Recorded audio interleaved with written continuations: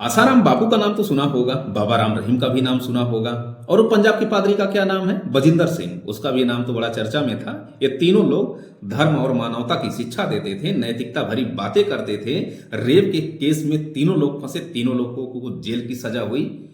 एक देश एक कानून, किसी के साथ किसी प्रकार का व्यवहार भेदभाव हुआ नहीं हुआ, विशेषाधिकार किसी को मिला नहीं मिला, मतलब कि एक ही कानून तीनों लोगों पर समान रूप से लागू हुआ।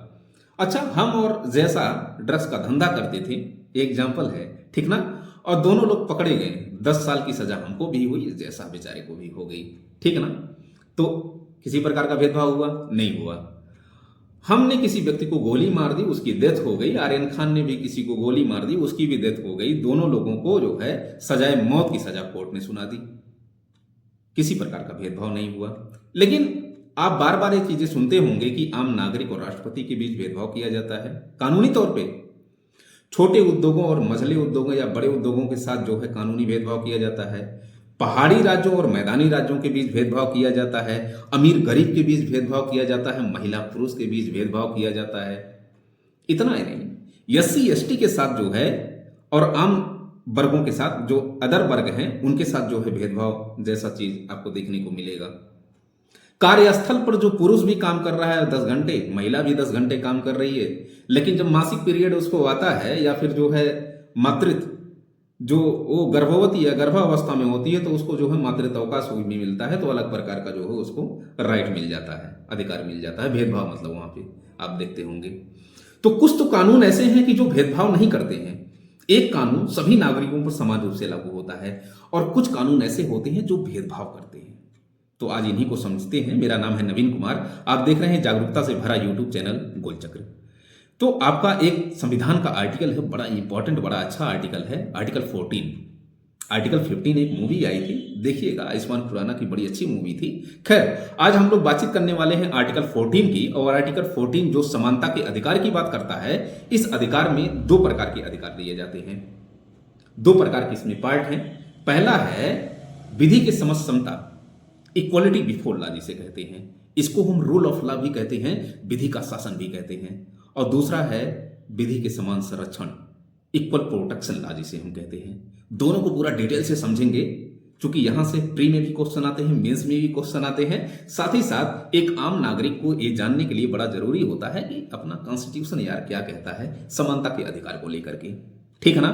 खैर, मेरा यही कहना है कि जब आप विधि की बात करेंगे, रूल ऑफ लॉ की बात करेंगे, विधि के समक्ष समता की बात करेंगे, तो किसी भी नागरिक के साथ किसी प्रकार का भेदभाव नहीं किया जाएगा, किसी को विशेषाधिकार नहीं दिया जाएगा, ठीक है ना। ये नहीं कि ये बाबू साहब या यादव जी या पंडित जी हैं तो इनको अलग प्रकार का भेदभाव हम करें, और ये बेचारा जो है दलित वर्ग है, इसके साथ हम अलग प्रकार का व्यवहार करें, ऐसा नहीं। अगर कोई रेप करता है, चाहे वो किसी वर्ग का हो, सबको अगर कानून कहता है कि 10 साल की सजा, सो 10 साल की सजा उसको होगी। यहां पर किसी प्रकार का भेदभाव किसी के साथ नहीं किया जाता है। जब एक देश में एक कानून के माध्यम से सभी नागरिकों को रेगुलेट किया जाए, किसी के साथ कोई भेदभाव ना किया जाए, किसी को विशेषाधिकार ना प्राप्त हो, कोई कानून से ऊपर ना हो, ऐसी शासन प्रणाली को हम विधि के समक्ष समता कहते हैं या रूल ऑफ लॉ कहते हैं, ठीक ना भैया। अच्छा, ये जो अवधारणा आई, ये अवधारणा ब्रिटेन से आई। ब्रिटेन का एक विचारक था डायसी।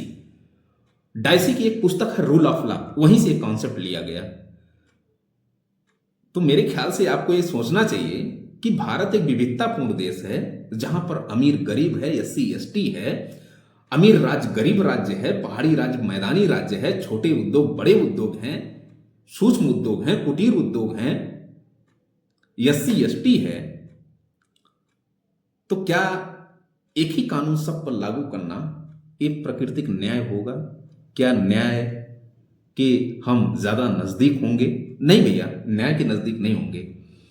महिलाओं के साथ और पुरुषों के साथ अगर एक जैसा व्यवहार कर दिया जाए, तो मेरे ख्याल से जो सदियों से, इतिहास के सदियों से महिलाएं जिनके साथ जो है एक बेकार का व्यवहार पुरुषों के साथ, पुरुषों के द्वारा किया गया है, तो हाशिए के अंतिम पायदान पर खड़ा हुआ जो वर्ग है, चाहे वो महिला का वर्ग हो, एससी एसटी का वर्ग हो, या फिर जो है दूसरा कोई वर्ग हो, उसको अगर विकास की धारा में लाना है तो हमको उसको संरक्षण देना पड़ेगा। मतलब कि अलग प्रकार का व्यवहार करना पड़ेगा। एक ही व्यवहार अगर हम करते हैं तो जायज है कि ए ना तो राष्ट्र के लिए सही होगा ना तो विकास के लिए सही होगा। ठीक है ना? तो सीधी सी बात है कि जो रूल ऑफ लॉ है, विधि के समक्ष जो समता है, ये आपकी एक निगेटिव अवधारणा है। अरे भैया सीधी सी बात है, आर्मी की वैकेंसी है और वहां पर हम ये कहें कि भाई सारे लोगों के लिए 5 फुट 5 इंच का हाइट चाहिए। अगर सारे लोगों के लिए मान्य कर देते हैं 5 फुट 5 इंच का हाइट, तो रूल ऑफ लॉ की आप बात कर रहे हैं। लेकिन कहें कि नहीं, जो हमारे गोरखा सैनिक हैं, जो हमारे पहाड़ी राज्यों के सैनिक हैं, जायज है कि बेचारे वो कद से छोटे होते हैं, कदकाठी से छोटे होते हैं, लेकिन शरीर जबरदस्त मजबूत होता है। तो उनके लिए जब हम हाइट कम करते हैं तो उनको थोड़ा सा हम संरक्षण देते हैं। लेकिन अगर एक ही कानून लाएं तो शायद उन वर्गों के साथ थोड़ा सा अन्याय होगा। इसीलिए हम कहते हैं कि रूल ऑफ लॉ, विधि के समक्ष समता जहां होगी, वहां पर अगर एक कानून सारे लोगों पर लागू होगा तो वहां पर नकारात्मकता आपको दिखाई देगी। ठीक है ना? तो ये रूल ऑफ लॉ किसी के साथ किसी प्रकार का भेदभाव नहीं करता, किसी को किसी प्रकार का विशेषाधिकार नहीं मिलता। कानून सर्वोपरि होता है, सभी पर समान रूप से लागू होता है। इसी को हमने रूल ऑफ लॉ कहा, इसी को हमने विधि के समक्ष समता कहा, इक्वलिटी बिफोर लॉ या रूल ऑफ लॉ। ठीक है ना? तो सवाल है कि ये विधि के समान संरक्षण क्या हुआ? विधि के समान संरक्षण यही हुआ कि भाई महिला और पुरुष के मध्य भेदभाव होना चाहिए। जिसके साथ सदियों से आपने भेदभाव किया है, तो क्या कानून अगर भेदभाव करके समावेशी विकास को स्थापित करने का प्रयास करे तो ऑफकोर्स होना चाहिए। एससी एसटी के समुदायों के साथ जो कि विकास की धारा में रहा ही नहीं है, विकास की धारा में जैसे हम लाते हैं, एसडीजी लक्ष्यों को जैसे हासिल करने का प्रयास करते हैं, इंक्लूसिव डेवलपमेंट की बात सोचते हैं, हम आर्थिक विकास की बात सोचते हैं, तो भेदभाव तो जरूरी हो जाएगा। अनुच्छेद 15(3) राज्य का यह कर्तव्य होगा कि महिलाओं और बच्चों के उत्थान के लिए अलग प्रकार के नियम बनाए, उन परंपराओं का त्याग करें जो महिलाओं के सम्मान के विरुद्ध हो। ठीक है ना भैया? तो ये सब सारी चीजें जब हम एक मतलब कि तार्किक आधार पर भेदभाव करके समावेशी विकास या राष्ट्र विकास की बात करते हैं, तो वहां पर विधि के समान संरक्षण की बात होती है। ठीक है ना? खैर, जैसे हम आरक्षण देते हैं, ईडब्ल्यूएस को आपने आरक्षण दिया 10% का, तो वो क्या हुआ? वो सीधी सी बात विधि के समान संरक्षण की बात हुई। अरे भाई, जो जनरल वर्ग है उसमें भी इकोनॉमी स्तर पे जो है कंडीशन सही नहीं है, तो उनको जब हम आरक्षण की बात करते हैं, उनके लिए जब ईडब्ल्यूएस इकोनॉमिक वीकर सेक्शन का 10% आरक्षण देते हैं, तो वो भी जो है विधि के समान संरक्षण का पार्ट हो रहा है। एससी एसटी को जो है आरक्षण देते हैं, विधि के समान संरक्षण का पार्ट हो रहा है। ओबीसी को आरक्षण दे रहे हैं, विधि के समान संरक्षण का पार्ट हो रहा है। महिला को कार्यस्थल पर, चाहे वो जो है मासिक धर्म जब उनका आ रहा हो, अलग प्रकार से हम छूट देते हैं, पुरुषों को नहीं देते, उनको दे देते हैं। गर्भावस्था जब वो धारण करती हैं, भाई ये नेचुरल प्रोसेस है, तो उनको जो है छूट चाहिए, उनको संरक्षण चाहिए, तो कानून में हम संरक्षण देते हैं। मातृत्व उसका जिसे हम कहते हैं 24 महीने का शायद मिलता है महिलाओं को। तो ये सब सारी चीजें जो है विधि के समक्ष समता नहीं, विधि के समान संरक्षण का पार्ट है। ठीक है ना भैया? ऐसे पहाड़ी राज्यों, जब भी आप जो है केंद्र सरकार की कोई योजना देखते होंगे, तो ज्यादातर हम उन सामान्य राज्यों के साथ जो केंद्र का टाई अप होता है, वो 60 और 40 का रेशियो का होता है। मतलब कि 100 रुपया में 60 रुपया केंद्र देगी और 40 रुपया सामान्य राज्य देंगे। लेकिन जैसे ही हम पहाड़ी राज्यों की बात करते हैं, तो 90 और 10 का रेशियो हो जाता है। 90 रुपया केंद्र सरकार दे रही है, 10 रुपया जो है वहां की स्टेट गवर्नमेंट दे रही है। तो ये जो भेदभाव किया जा रहा है, विधि के समान संरक्षण का पार्ट है। ठीक ना भैया?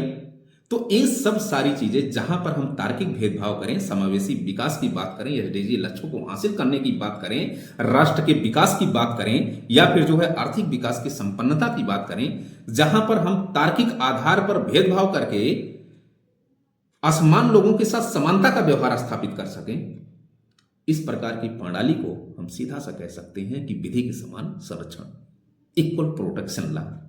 तो आई होप आपको समझ में आया होगा कि सीधी सी बात है कि रूल ऑफ लॉ क्या है और आपका विधि के समान संरक्षण क्या है। मतलब कि आपका रूल ऑफ लॉ क्या हुआ और विधि के समान संरक्षण क्या हुआ। तो ये आपका पूरा अनुच्छेद 14 था। आई होप आपको समझ में आया होगा। आप कमेंट वगैरह करिए, जो भी आपकी डिमांड हो, ठीक है ना? तो उस डिमांड को पूरा किया जाएगा, अच्छे शब्दों में कोशिश किया जाएगा कि व्यवहारिक ढंग से हम समझाएं। खैर, हमने राष्ट्रपति का जिक्र किया था कि जो नागरिक होता है वो राष्ट्रपति होता है। राष्ट्रपति भाई एक विशेष पर्सन होता है, इंडिया का पहला नागरिक होता है भारत का, तो उसके साथ अलग प्रकार का भेदभाव किया जाता है, ठीक है ना। तो विधि के समान संरक्षण का पाठ होगा। तो आज के लिए फिलहाल इतना ही। Thank you so much.